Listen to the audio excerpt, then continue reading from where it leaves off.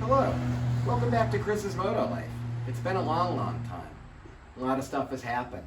I think the last one we did was maybe last fall, maybe last October. That one went over like a Led Zeppelin.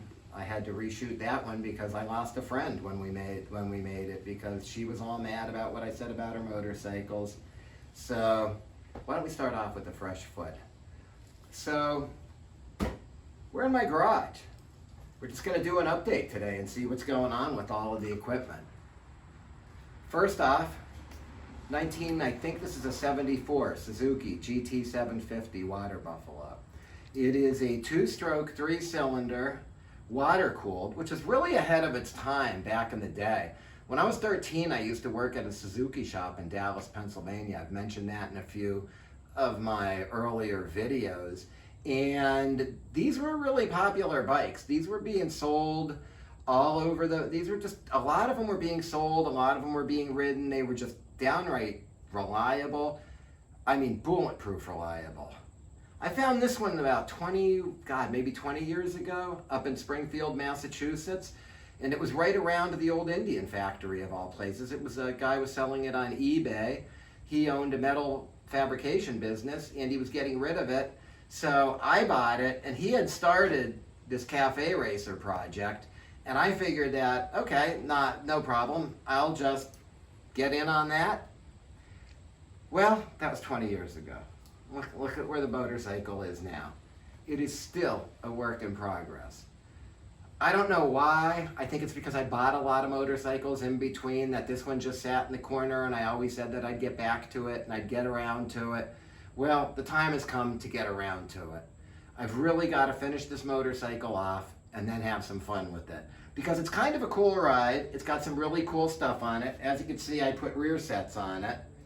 And I've got a 3-into-1 pipe. I don't know how that one's going to work. It's a 3-into-1 expansion chamber. They seem to work on snowmobiles on a 2-stroke engine. I'm hoping that it'll be able to work on my motorcycle engine. We've also put pod air filters on it. I put drop bars. I'm probably going to change these bars, but red grips are always my trademark, whatever I have them.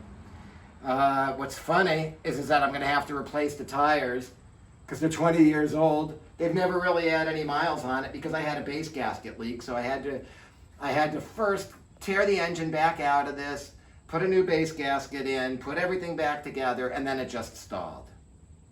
So this will be a fun bike when it gets done. The funny story about this bike is I'm coming back from Springfield, Massachusetts. At the time I didn't have a job, and I really needed a job. I have no idea why. I had no business going to buy a motorcycle. I'm in a borrowed truck. I'm going up to Springfield, Massachusetts. Get a phone call about a job. And the lady's offering me I wanted $50 an hour. The lady's offering me, this is back when IT was hot. The lady's offering me $26 or $27 an hour. So I refused the job. The dumbest thing I ever did. And then it took me another year and a half to find a job. I almost lost my house because I was too proud to take 26 bucks an hour. Learn from my mistakes. I'm dumb enough for the rest of us. All right, that's the Suzuki. Let's go on to the Honda. Not a lot getting done with the Honda. I still have to put the fork seals on it. Something just fell. Oh, that was the rubber end for the lever. Got to put the fork seals on it because, as you can see up here, they are definitely leaking. It's been running fine. I did see a slight oil leak after holding it wide open at 100 for 10 or 15 minutes straight. So I got to check that to make sure I didn't do anything bad to it. And I have scheduled paintless dent removal for the gas tank. That should finish us up. That should get us going pretty well. All right, let's take a walk. Here's the Ducati. Looks great, doesn't it? Kind of like my year. My year looks great, doesn't it? Everything's going good. I'm going to take the time to tell you right now that back in February, I had what's called a TIA, aka a mini stroke. Apparently I had high blood pressure and I never knew about it.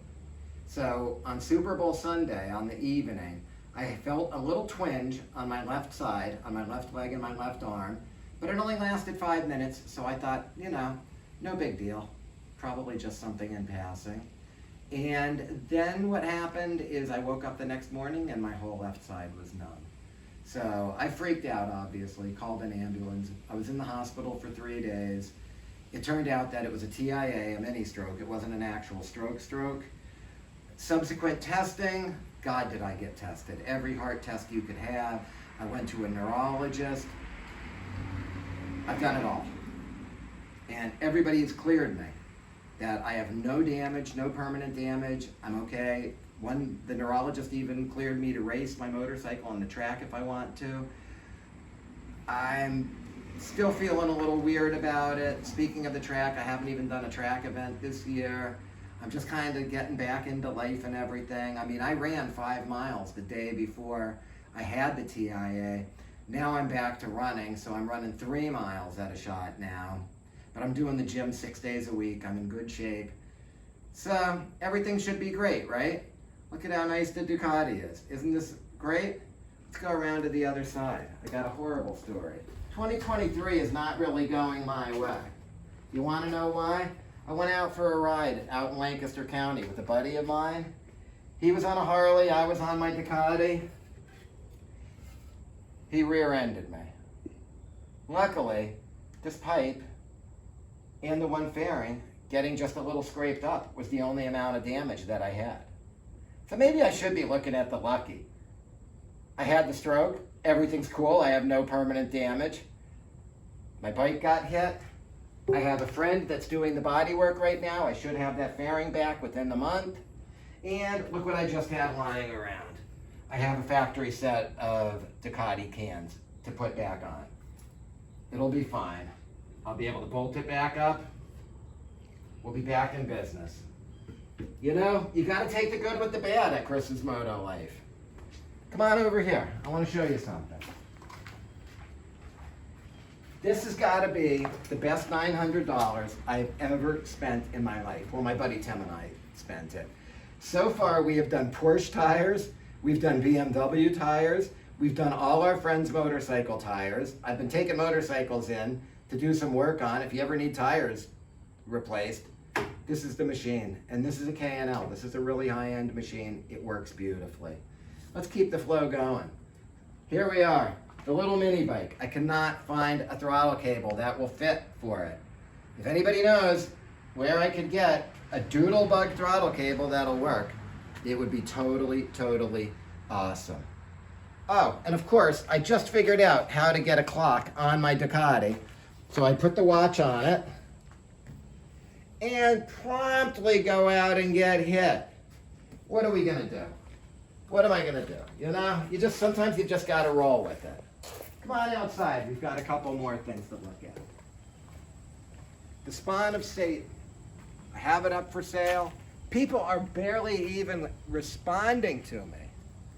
They're not even like, and then all my friends are slapping me down because of it. Hey, look guys, I'm down right now. I'm not at my usual self. If you want to take a slap at me in the comments, do it now because I'm going to be coming back stronger than ever. So go ahead, make fun of me. I bought the Jaguar. I thought that I could do it. I just hate it with a passion. The opposite of hatred is love. And here we've got my 911. I'm going to open the door here so that we could show you what I did. I'm coming around. Not only did I backdate the heat, but I got rid of the auto heat. And if you look in the center between the seats, now what I've got is this is how they originally were in the early 911s. So I don't have to worry about any like automated system screwing up. If I want heat, I just pull these up. If I don't want heat, I just push them down. I got tired of waiting for that electric motor. I think the electric motor had burned out. Something bad had happened to it. Now we've got it all tightened up. And if you look in the back here, I've got the heater backdate all done. I got rid of the fan in the back. There's no air box, no air conditioning. I can get to everything in this engine. I'm loving it. I'm loving it. And if you look here, I got rid of the air conditioning condenser, so it's running a lot cooler. And most importantly, I've got the red oil filter in it, which is the Porsche one with the built-in pressure relief valve. Anybody running it, I mean, you can run the black Melees. I've run those before, and they're fine. But you know what? For an extra $5, get the Porsche one. Now we're on to the BMW. I had the ABS module go on it. So I sent that down to Florida, had it rebuilt, bolted it back in, and promptly the car started dying on me. It has nothing to do with the ABS module, but I think when I let it sit for a month, something either got wet or some wire got chewed on by an animal. I have no idea. We're tracking it down. We're having a little bit of trouble tracking it down, but I'll get there because I really need to get this done. Obviously, who wouldn't want to drive a 911 every day? Of course you want to drive a 911 every day, but for practicality purposes, I do need a comfortable car. You know what? There's one more car here in the driveway. Let's take a look at it. It's my buddy's Miata. He did a really nice job on this. He put new tires on. Look at that front camber. In case you haven't figured it out, this is a track car. He's done some really nice work to it. It's got track seats inside of it. It's got a roll bar inside of it. He's killing it. I think he's already done 5 or 6 track days already this season. I mean, look at this car. I don't think he has a ton of money into it. So if you ever want to go out to the track, don't tell me that you don't have any money and you can't afford a track car, because anyone could afford a Miata like this. With some bolt-ons, you could go out there and have the time of your life. I've been saying that about cars. I've been saying that about motorcycles. Instead of being idiots on the street, like my buddy in the Harley Davidson that ended up hitting me on my Ducati, go out to the track where you have all the room in the world. Go on out and have some fun. Well, I'm glad that you tuned back in. I don't know if this one was the most exciting Moto Life, but I think we're just starting back over again. Stay tuned. We're going to be going to some fun garages on the main line here. Going to be showing a lot more cars. We're going to be doing a lot more things, a lot more events. As usual, I want you to have a really happy and positive upcoming week. Just keep smiling. Take care. Bye.